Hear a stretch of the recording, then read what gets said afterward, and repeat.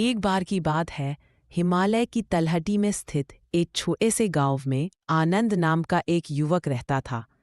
वह बहुत ही मेहनती और ईमानदार था, लेकिन उसकी किस्मत जैसे उसके साथ कोई खेल खेल रही थी। मेहनत के बावजूद उसका खेत सूख जाता, व्यापार में घाटा होता और घर की हालत दिन ब दिन खराब होती जा रही थी। गांव वाले कहते, लगता है पिछले जन्म में इसने बहुत बुरे कर्म किए हैं, तभी ऐसा जीवन मिला है। आनंद यह सुनकर अक्सर दुखी हो जाता। एक दिन उसने तय किया कि वह सच्चाई जानकर रहेगा कि सच में कर्मों का फल होता भी है या नहीं। उसने अपना गांव छोड़ दिया और यात्रा पर निकल पड़ा। कई पहाड़ों और नदियों को पार करते हुए वह एक दिन एक साधु के पास पहुंचा। वही ओशो के अनुयायी थे। साधु शांत स्वर में बोले, क्या चाहता है पुत्र? आनंद बोला, गुरुदेव, मैं जानना चाहता हूं कि लोग जो कहते हैं कि कर्मों का फल मिलता है, क्या यह सच है? मैंने तो हमेशा अच्छे काम किए, फिर भी दुख क्यों मिला? साधु मुस्कुराए और बोले, कर्मों का फल जरूर मिलता है, लेकिन फल तुरंत नहीं, समय आने पर ही पकता है। तू धैर्य रख और अपने कर्मों को न देखने का अभय चाहिए। आनंद कुछ समझ नहीं पाया। साधु ने कहा, जा 3 लोगों से मिल, हर कोई तुझे कर्मों के रहस्य का एक हिस्सा बताएगा। पहला व्यक्ति लालची व्यापारी। आनंद आगे बढ़ा। रास्ते में उसे एक व्यापारी मिला जो सोने चांदी से लदा बैठा था, लेकिन उसके चेहरे पर गहरी उदासी थी। आनंद ने पूछा, भाई, तेरे पास तो इतना धन है, फिर तू दुखी क्यों है? व्यापारी बोला, मैंने दूसरों को धोखा देकर यह सब कमाया है। आज मेरे बेटे ने भी मुझे धोखा दिया और मेरा सब कुछ छीन लिया। लगता है भगवान ने मुझे मेरे कर्मों का फल दे दिया। यह सुनकर आनंद के मन में पहली बात बैठी, जो हम दूसरों के साथ करते हैं वही किसी रूप में हमें लौटकर मिलता है।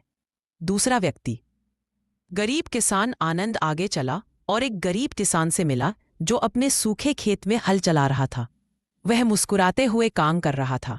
आनंद ने पूछा, तुझे तकलीफ नहीं होती? इतनी गरीबी में भी तू खुश कैसे है? किसान ने कहा, मैंने अपने हिस्से की मेहनत कर दी है, बाकी फल देना ईश्वर का काम है। मैं अपने कर्म में विश्वास रखता हूं, नतीजे में नहीं। आनंद ने दूसरी सीख पाई, सच्चा सुख परिणाम में नहीं, कर्म में है। जो अपने काम से प्रेम करता है वह फल की चिंता नहीं करता। तीसरा व्यक्ति, वृद्ध साधु। आनंद आखिर में एक वृद्ध साधु के पास पहुंचा जो एक पेड़ के नीचे ध्यान में बैठे थे। उसने पूछा, गुरुदेव, आपने जीवन में क्या पाया? साधु बोले, मैंने यह समझ लिया कि कर्मों का फल तब तक नहीं आता जब तक हम परिणाम की अपेक्षा रखते हैं। जब तुम अपने कर्म को प्रेम से करते हो और फल की चिंता छोड़ देते हो, तब ब्रह्मांड तुम्हारे लिए सबसे सुंदर फल चुनता है। साधु ने एक बीज उठाकर कहा, देख इस बीज को, अगर इसे जमीन में बो दिया जाए तो यह पेड़ बनेगा, फल देगा। लेकिन यदि इसे हम रोज निकाल कर देखें कि फल आया या नहीं, तो यह सड़ जाएगा। ऐसा ही हमारे कर्मों के साथ होता है। कर्मों का फल जीवन का सत्य आनंद को अब सब समझ आने लगा। उसे एहसास हुआ कि उसके दुख उसके कर्म में ही, उसकी अपेक्षाओं का फल है। वो अपने हर अच्छे कर्म के बदले में तुरंत परिणाम चाहता था और यही उसका दुख था। वो वापस अपने गांव लौटा।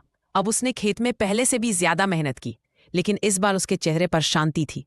वह रोज सुबह उठकर कहता, मैं कर्म करूंगा, फल ईश्वर पर छोड़ दूंगा। धीरे धीरे उसका खेत हरा भरा हो गया। लोगों ने देखा कि जहां पहले सूखा था वहां अब फसल लहरा रही है। गांव के लोग हैरान थे। उन्होंने पूछा, आनंद, यह चमत्कार कैसे हुआ? आनंद मुस्कुराया और बोला, जब मैंने फल की चिंता छोड़ दी तब कर्म ने अपना फल दिया। ओशो का संदेश। ओशो कहा करते थे, कर्म वह बीज है जिसे तुम हर पल बोते हो। अगर तुम प्रेम, दया और सत्य का बीज बोओगे तो जीवन में सुंदरता ही उगेगी। लेकिन अगर तुम घृणा, लोभ और भय के बीज बोओगे तो उसी का फल पाओगे। इस दुनिया में कुछ भी व्यर्थ नहीं जाता, न एक शब्द, न एक विचार, न एक कर्म। सब कुछ लौटकर आता है, बस रूप बदलकर। यही है कर्म का नियम। निष्कर्ष, कर्मों का फल सिर्फ किसी धर्मग्रंथ की बात नहीं, ये जीवन का सबसे बड़ा सत्य है। जैसा हम सोचते हैं वैसा ही हमारा जीवन बनता है। अगर तुम अच्छाई, सच्चाई और प्रेम के साथ आगे बढ़ो तो दुनिया तुम्हारे खिलाफ भी हो, लेकिन अंत में जीत तुम्हारी होगी। क्योंकि कर्म का फल देर से मिल सकता है पर कभी रुकता नहीं। वीडियो अच्छा लगे तो फॉलो करो, जिंदगी बदल दूंगा।